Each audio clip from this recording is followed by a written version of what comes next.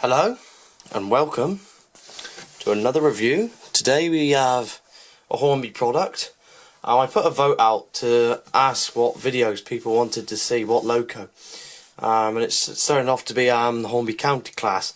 It changed to this particular loco, so it's this loco we got today, and this loco in question is, I can't get it all in shot because the box is too big and the locos are too big. 153 DMU from Hornby, and Hornby have got it right for once. It is super detail.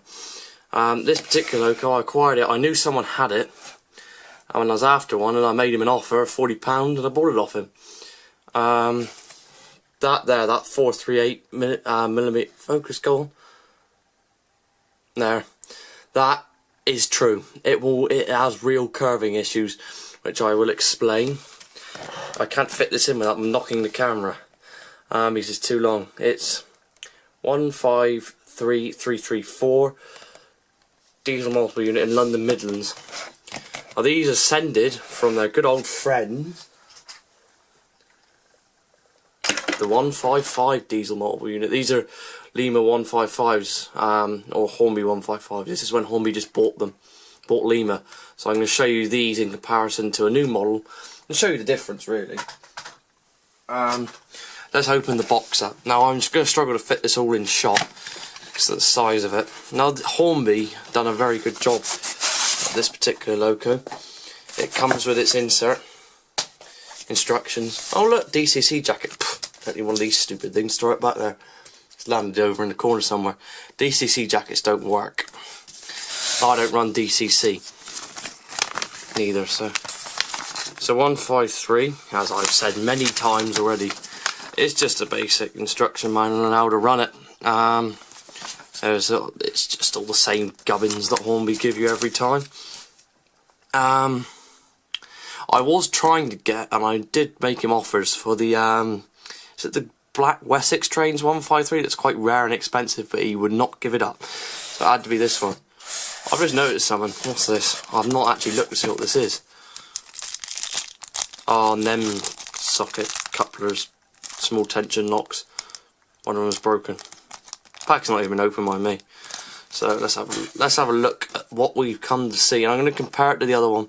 The reason I also wanted to get this review done now is because I wanted to weather the chassis of it, and I was going to take it apart. So if I do it now, it means I can take it apart at a later date and do it without rushing it. This Hornby's old packing, not their new stuff yet. And the cat with the tissue paper, as IC82 would say, the tissue paper is not in here basically for the fact that it's second hand. Now one thing you'll notice, I'll pick this up, it's not in shot, I'll pick it up and it'll go like that, because the motor is mounted in one end. I'm going to try and get this shot a bit better without knocking the camera off the table, so I have limited space of what I can do this in. Now it's got dirt on it there, that's probably from dirty hands and work on the layout. Now this would have been the end where it used to be when it was running, and this was the 155 tunnel joiner end which was converted. Now if I take a 155, the Hornby 155 at the front, and take this one which is going to, what does that say? Nuneaton, something like that. Look at remember that. Hang on. This particular model doesn't come with ploughs. I bought it. Look at the front. Go on, focus on both of them. It's yellow, so my camera's having a panic attack. Look at the fronts.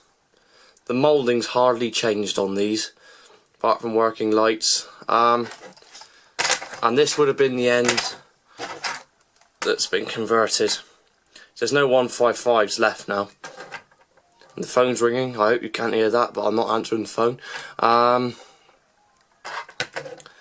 Something I've come to notice is this actually say, it does say C3. It should say C3 on it, but you can see from the side, look, the mouldings hasn't changed. Look, you would think these are good because it's got rivets in it and everything nice, but trust me, this old model does come with rivets in the side. It's nothing different. The only thing that changes is the windows and the way it works. Really, nothing much has changed on it at all.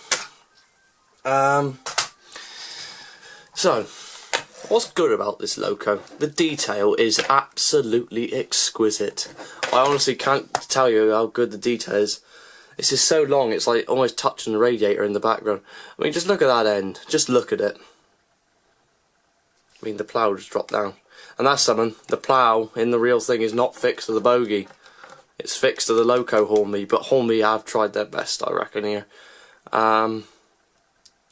It's working lights, no interior lights.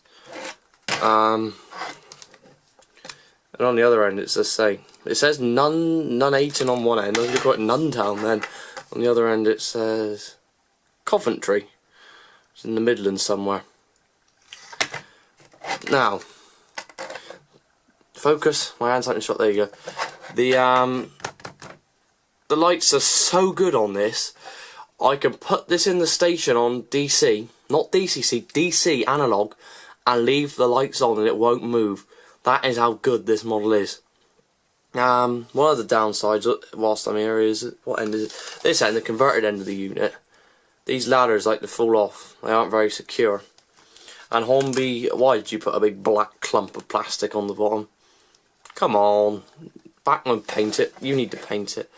It comes with the little coupler that DMUs of this particular type use on the end here. Now you can notice here, this is a nice open area, and the lights, note the lights on the end, and go to the other end. Note how short the cab is. So you can't hardly fit in this end, and the lights are different. They're higher up, I believe. Yeah, higher up. And the motor sits here. Now, let's get on and talk about the motor. The motor's mounted on this one bogie and drives this bogie, which means it's limited on turning, which is fine. And this one's a bit more free, look. You can turn this one more. But there's problems. It will not negotiate anything more. Third radius, fourth radius, that's it. Nothing lower, or it'll shout at you and throw things at you and say, I can't do this. And it actually it plops that wheel there off every time. Not this one, it's always that one. It'll just go like that and plop off. Now, it's heavy in one end, good. It's not heavy enough in one end. Gradients, no, don't try starting a gradient with it. It's going to sit there, do this with its wheels, round and round and round and round and round, and gain about an inch in a couple million light years time. But that's about it. It just doesn't negotiate starting on a gradient. If you run up onto the gradient, it's fine. Also, another issue, if the cant of the curve is too tight, a cant is where the track tips. It's used on all railways. You'll notice that curves will be tilted to help the loco go round with ease. It basically saves the loco power. But if this cant is too much of this loco, it'll literally drop that back bogie off, which drives it here. It does it every time. So I had to change my cant. I had to do massive curve adaptations to fit this loco. It's only going to run on one of my loops now because I've changed my layout completely. So the layout you see on my channel currently, when this video is uploaded, is wrong. It's completely changed, so I changed it because this only runs on the mainline loop. Also, the roof details, I'm going to say, is crap. Come on. You can make this better. The old one was the same. The exhaust comes out the top there, that can be weathered. The exhaust comes out here. But if I show you the top of this one, it's the exact same roof. Remoulded. Exact same. And people who haven't owned one of these older Lima moulding ones, they're identical pretty much. The only thing is the windows are recessed on these back in, and there's less detail, and it drives. That's not the driving unit. It's got, oh, I hit the camera. It's got a colossal motor shoved in there, and this weighs more than that. Yeah, this unit is like really a lot heavier than that on one end. I've weathered this. This doesn't come weathered. I will review this at one point. It's noisy, this, but if you want something that's less fussy, but this doesn't have working lights, I will note that, and it doesn't come with ploughs. I added them. They're blue tacked on underneath. If you want something that's less fussy on the curves, buy one of these. They're still around on eBay. This needs a service, and I have serviced it once. That was about 5 years ago. It's about 8 years old. never a problem. Its contacts need to clean, that's it. And it's so easy because you can just drop the bogie out on this, unclip it, whereas this, I don't think it does that. I think you've got to take the whole unit apart. It's just a pain in the backside, really.